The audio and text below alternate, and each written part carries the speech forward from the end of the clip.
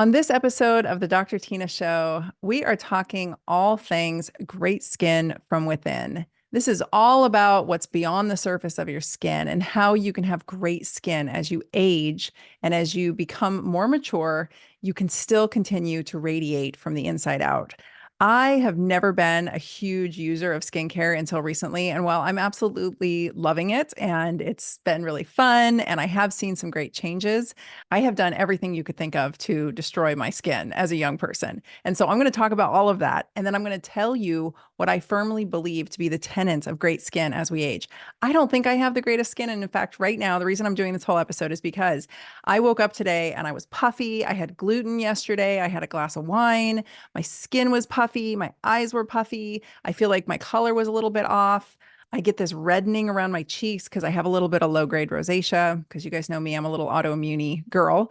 And I just wasn't feeling awesome. So I don't really have any makeup on. I put a little bit of powder on. I've got some lip balm on, if you guys are watching the video on YouTube.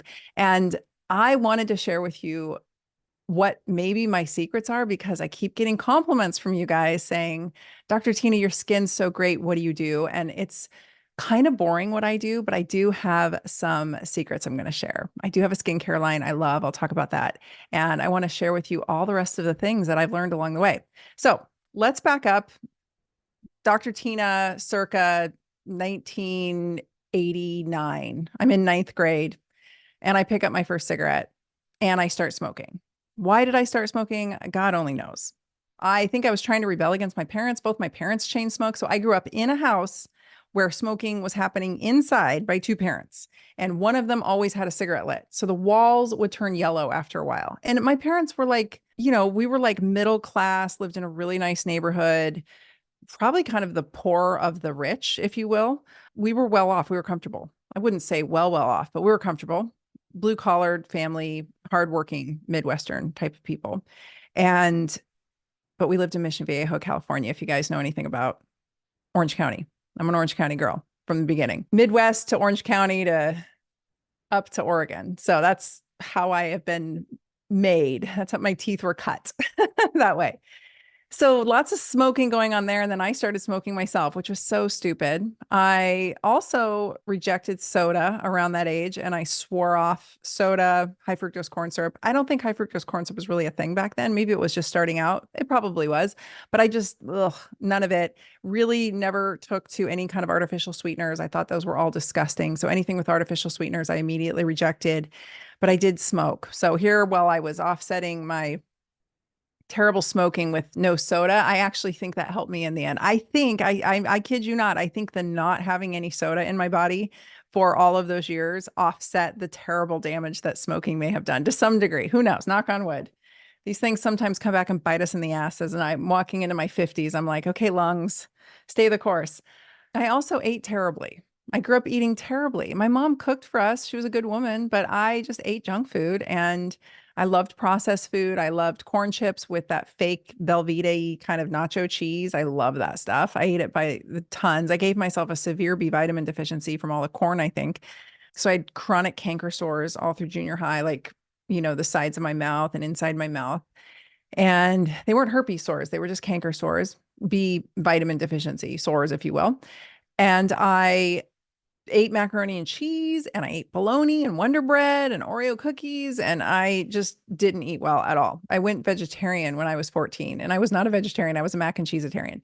And then college hit and I was just eating shoddily. I was living off bagels and Sun Chips and Snapple. And I'm not kidding when I say that. And you've heard me talk about my health issues in those years. And gee, I wonder why. I was eating terribly. I was chain smoking around, I think, the same time as I started smoking. I started drinking alcohol. Where I grew up, it was Oregon, the suburbs of Portland, and drinking was really a thing. So we kids drank a lot, and I'm not proud of it, but drinking was big here. I think it's all the rain, to be honest with you. I think that's just a lot of coffee and a lot of alcohol. And so kind of grew up with that. That doesn't do any favors for your skin. And my best friend, on the other hand, grew up in Southern California, but she has been working for the beauty industry since she was a teenager. And while she did smoke for probably the same amount of time I did, I smoked up until became pregnant with my daughter. I mean, oh, I'm so ashamed, but I didn't plan on getting pregnant. So in my probably 10 years of smoking. Anyway, my best friend, she has always used skincare. She's always stayed out of the sun. She's always used sunblock. She's been really diligent. She wears a hat everywhere she goes. My mom, the reason I'm also doing this is my mom bought me a hat the other day and she's like, you need to wear a hat on your walks because your skin is starting to age. So, yes, I took terrible care of my skin all those years. I was using like Dr. Bronner soap, and Mia, my best friend, was using really beautiful skincare, and she's always been on it. So I joke that it's like we're still best friends. So like who's going to win the wrinkle competition, right? We both have used neuromodulators such as Botox and Dysport, maybe a little filler here and there. So I haven't had filler in my face for years, but I have used it here and I've used it in my cheeks, I think twice. It hurt so bad though. I felt like someone punched me. So I haven't had any filler in my face for so long, going on probably 7 or 8 years. And I have completely let all the Botox wear off. So I do use Botox. I'm not ashamed to say that. Is it a neurotoxin? Yes. Are there risks? Yes. But you know me, I talk about risk tolerance. And for me, it's worth it. I'm fine with it. I take a lot of heat online for that. I don't care. I've been using it since I was in my 30s and I prefer Dysport over Botox and I'm fine with it. I don't use it that often. I probably should use it more often. I used to keep up with it 2 to 3 times a year so that the wrinkles would never set in and I really let the wrinkles set in. So this is me, like fully me right now on film. I've got good lighting, but this is it. And when you guys see me in person, I've always had heavy wrinkles in my brow because I've had a lot of stress since I was a small child. I've had a lot of illness and a lot of stress, and it shows itself on your face. And something did happen somewhere around 2021. I think the severity of the stress became more than I'd ever endured, and I've endured a lot. Like I've endured up until that point, I used to joke like I've endured stress that would kill most people. I was shocked I wasn't dead yet, and I'm not exaggerating. And then 2021 was just next level. Like every morning I woke up, I thought I was going to be deplatformed. I was raging against the machine and getting my ass handed to me on the regular. I was being politically targeted. I was getting, all kinds of threats. It was my merchant services got shut off. The tax man came to my door just to, it's just on and on and on, like blatantly getting effed with to get silenced, if you will, just from every angle you could think of. My profession was screaming that my license should be sanctioned. They wanted my head on a stake. It was just on and on and on. And I was like, all right, y'all. And the end of this, I'm going to be the one that was right. And so good luck. I tried. And it took its toll. It really, my skin changed severely. And the texture changed, the wrinkles changed. It wasn't just the appearance of wrinkles and agedness. It was like the rosacea decided to rear its ugly head, low grade rosacea. My pore texture changed, everything changed. And I knew what was happening. I was having some degree of metabolic dysfunction starting. You guys have heard me talk about this when I talked about starting to microdose GLP-1 agonists. I was having low grade insulin resistance, and so much of it was stress driven. It was cortisol driven. What does cortisol do? It raises your blood sugars. So you're cranking cortisol from chronic stress, your blood sugar's going up, and you start walking yourself into insulin resistance for no other reason than just stress, chronic stress. It was happening, and it was really showing itself on my face. It was showing itself on my chest. I've always had atypical nevi, which are like those weird little moles all over, but the sun's impact really started showing itself on my hands. Like my hands don't look that young anymore. My forearms, my face, my chest, anywhere the sun hit. And it wasn't because I was getting more sun. It was truly because of internally what was happening to me. The effects of the sun were taking their toll. So I also wasn't keeping up with my micro needling. I do a lot of micro needling. I have a micro needling pen. My background was in regenerative medicine. So I've been putting exosomes and PRP on my face and micro needling it in for years. I'd really sort of fell off that habit. I was like living on the farm out here by myself and my husband, and society was shut down in Oregon for a long time, much longer than the rest of the country. And so I just wasn't, that interested in keeping up appearances. So I kind of quit with all the upkeep and all the puff and pomp.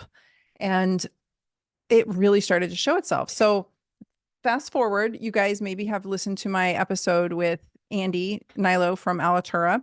He is a friend of mine and he owns the skincare line, started the skincare line as the formulator and CEO of Alitura. And I reached out to him and I was like, Andy, I need help. Can you please send me some skincare? And this was maybe a year ago, I would say.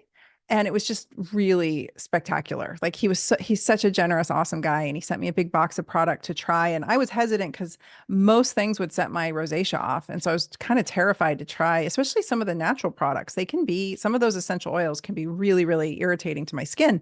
And so, and like retinol gives me cold sores. I mean, it's just, I have a hard time finding things that I can use that doesn't set my skin off. And I know full well that the topical care of my skin is not what is going to cure the rosacea. That is an inside job. I always say that your skin is a reflection of what's going on inside, but it was a good start and it really did help. Like it really was very significantly helpful.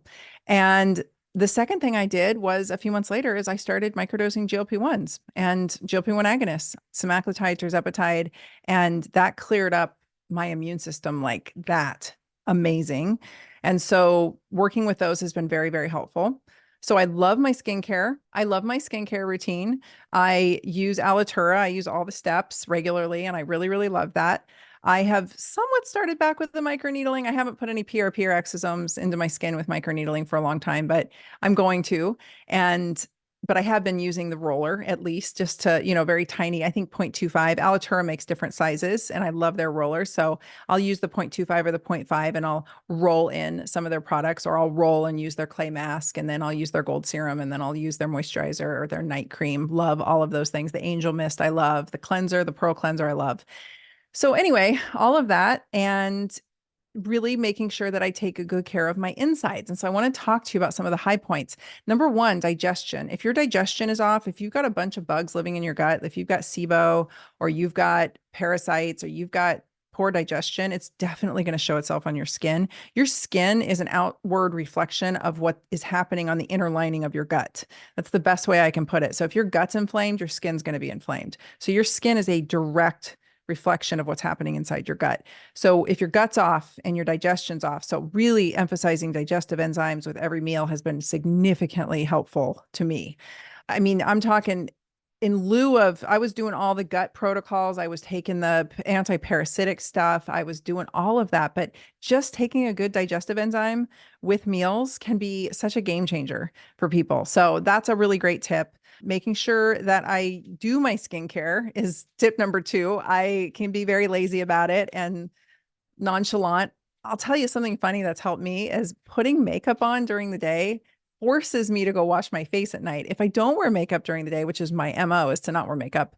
If I don't wear anything, then I'm lazy and I go to bed just with my skin as is. And so actually wearing a little bit of makeup when I have to record or be on video or be somewhere, that's helped. So I say that because I've been trying to get back to taking care of myself and my appearance and not just slacking. I went through a lot. 2021 to 2022 was really difficult on my health, and I went through a lot. I didn't want to show up on camera much. You guys didn't see me much on Instagram. They had me in such a severe shadow ban that it didn't matter what I did from 2021 until literally like 6 months ago in 2020, the end of 2023.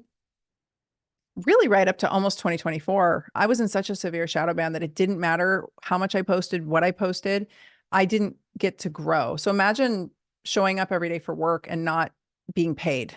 That's what it was akin to. It was really challenging and frustrating. It was starting to take its toll on me. So just didn't want to show up, was gaining weight, just felt really awful. And so part of my self-care is to put a little makeup on every day so I feel pretty and I feel attractive. My husband hates makeup, by the way. So he'll come home and I'll be like, do you like how I did my makeup today? And he's like, I didn't even notice. You look great always. Or why you got that crap on your face, So he's just not into it, which is fine. He's a farmer boy and he loves my skin as is. And I'm really appreciative for that. But it does force me to do my skincare at least at night, which has been really helpful. So I got my Alitura skincare on board. The third tip I'll give you is optimizing your mitochondrial health. And how can you do that? There's lots of ways to do it, but some really simple ways that I've talked about in other podcasts that I will link up here.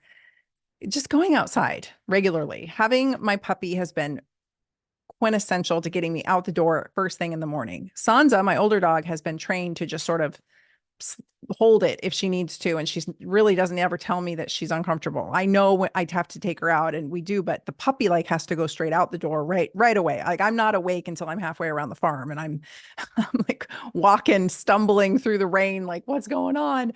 So I don't get a chance to wake up with him. I got to go straight away outside. And we've really potty trained him well. I will give myself props for potty training that. Havanese are notoriously difficult to potty train. And my mom's dog and my daughter's dog, we got the whole litter. They are still having troubles. And my dog gets it because we go straight away outside. But going straight away outside is super good for you too. And me, it's been great for me. So getting that morning sunlight charges up your mitochondria. It's super important. It's a critical time of daylight hours and what the spectrum that you're getting at that hour. So getting that morning sunlight in, getting outside several times a day, no matter what the weather was, having to get outside with my dogs and really just get our potty training routine down, right? It required a ton of time going outside and a lot of frequency of going outside. With the little pup, I set my phone every hour. I was up and outside to get him outside so I could get him potty trained. But what I found in that process was this winter has been the most tolerable winter I've ever had here.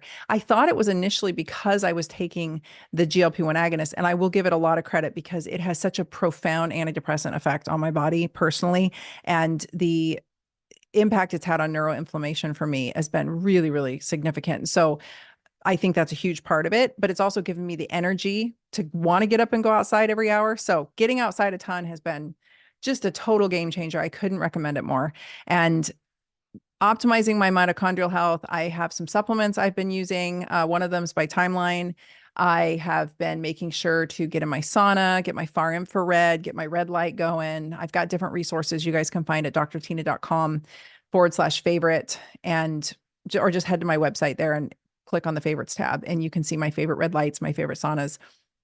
You can peruse my podcast there. My podcast there is actually searchable via AI. So click on the podcast link via my website at drtyna.com and put in any words you want, and it will literally explain to you in my terms. It sounds just like me. It's because it's read all of my content, and then it'll tell you what episodes to listen to. So it's a really great resource there. But all that to say, really charging up my mitochondria, taking care of them, feeding them well, sleeping them well. But all of these very simple things, a lot of it had to do with light and getting adequate light. My friend Sarah Kleiner, you can listen to her episode from the podcast. She is a light expert, and following her these past few years has really turned me on to the fact that I have a severe light deficiency and a lot of what is wrong with me in the winter. So taking care of that mitochondria. Back to the metabolic health. It's not just about taking the GLP-1s. You guys know this. If you're new to me and you've never heard me talk about metabolic health or GLP-1s, just know I don't think that those are a solo monotherapy good idea at all. I think they're a phenomenal tool when used at low doses adjunctively as part of a comprehensive toolkit. And that entire toolkit revolves around nothing but metabolic health. And metabolic health is what my entire platform is built upon. So for all the new folks coming at me since the Mark Hyman podcast saying, oh, you just been bought out by Big Pharma, seriously, STFU, because you have no idea. I have been preaching metabolic health, strength training, muscle, adequate protein for longer than some of you guys have been out of diapers. Like, that is core. I don't care if you have migraines, joint pain, PCOS, dementia, type 2 diabetes, heart disease, brain disease, none of that matters. The root cause of all of that is metabolic dysfunction. And if you don't have your metabolic health in order, you don't have anything. So go back and listen to any one of the podcasts that I have put out of the hundreds. I've got an old podcast out there too, floating around if you can find it. But as far as the Dr. Tyna Show goes, I've got almost, I think, 150 episodes now, and they're all based around metabolic health. And I found a great tool to test my metabolic health. It's this little breather thing by Lumen. It's a cool little doodad that you charge, and then you breathe into it every morning, and it tells you whether you're in the fat burning or the carb burning zone.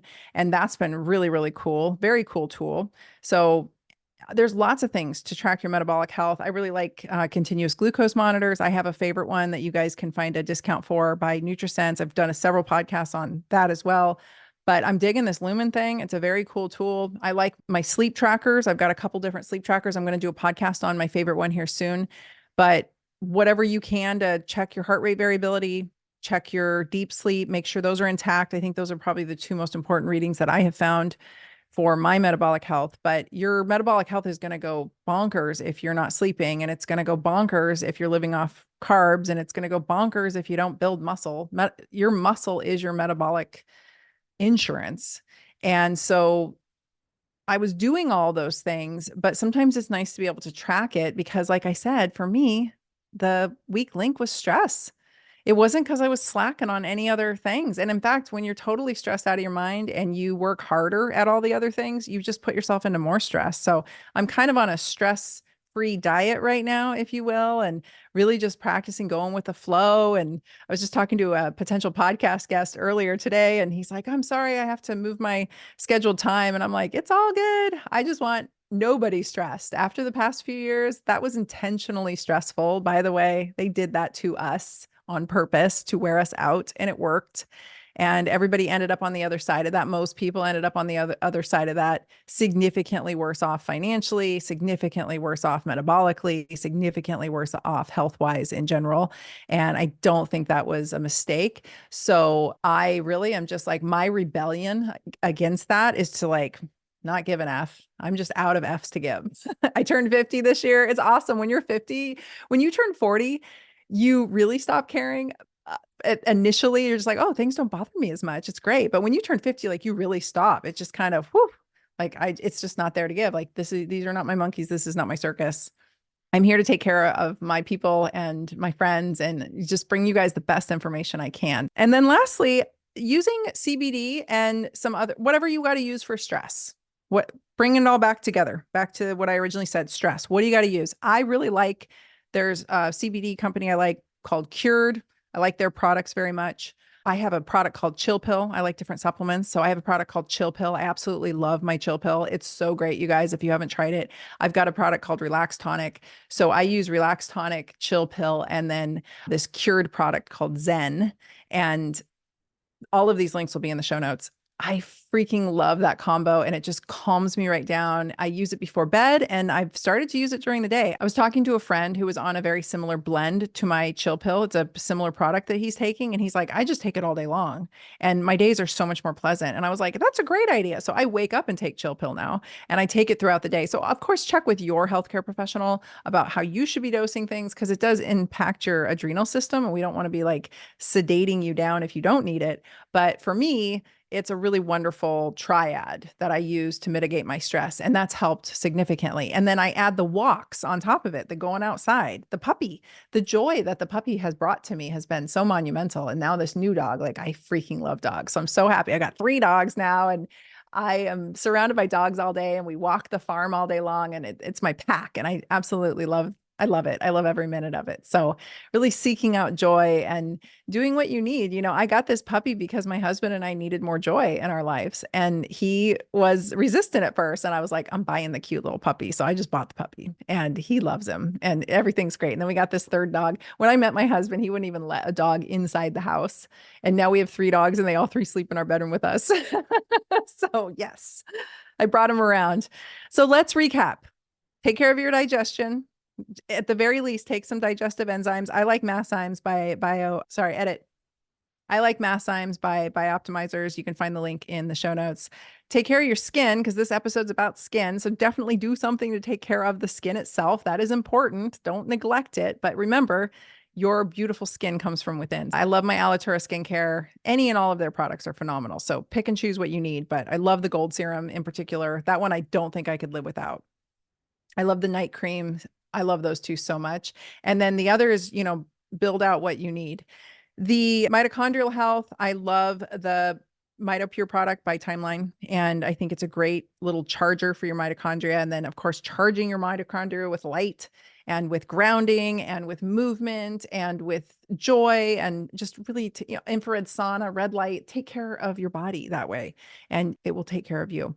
And then I love my little Lumen breathing apparatus that I use, and I think it's very cool. But find some kind of tool to keep you on track. I like that one. I like some kind of sleep gadget, if you will. There's different ones out there. I like continuous glucose monitors. There's different ones out there, but just something so that you can have an eye on what's going on, because stress will destroy your metabolic health if you're not careful. And I think a lot of us are dealing with that and not appreciating it as much as we need to be. And then lastly, mitigate your stress. And like I said, I have this trio of supplements I love. That doesn't mean that that's going to work for everybody. Again, talk to your healthcare professional, but I love the Zen product by Cured mixed with my chill pill, mixed with my relax tonic. It's great. So I hope that's helpful to you guys. If you guys are having skin issues, oh, one more thing, actually a couple, because that's kind of the point of this. I made a post about this on Instagram. Your skin will tell you what's going on with your blood sugar. So things like psoriasis, skin tags, enlarged pores, those are the big ones.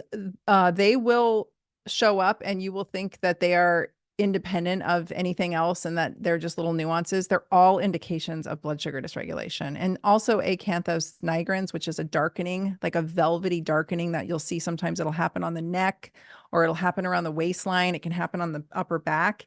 It's kind of a velvety darkening of the skin. If you've got that happening, I see this more often in those who are struggling with excess adiposity on their bodies. It might be more noticeable on different skin colors. So you might see it show up more if you're darker skinned, or it really depends.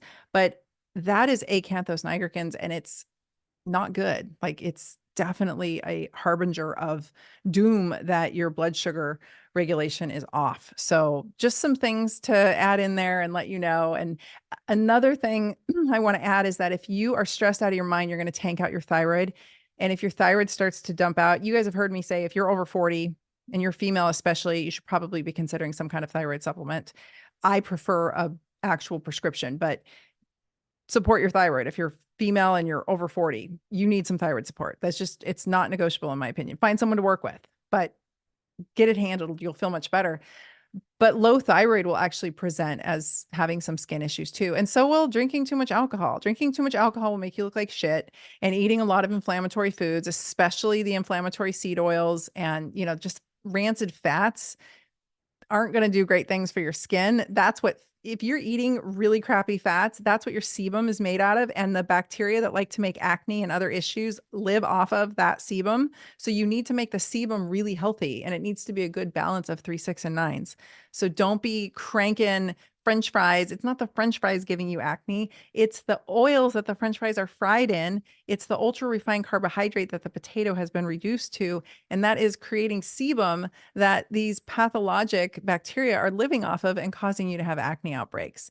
And if you're an adult with acne, something is definitely wrong with your hormones and your blood sugar. So get those checked out with a professional who knows what they're doing. So I hope this is helpful. That's my quick and dirty about having really beautiful glowing skin from within as you age. It's a real indicator of what's happening inside and your overall health. So we'll see you next time.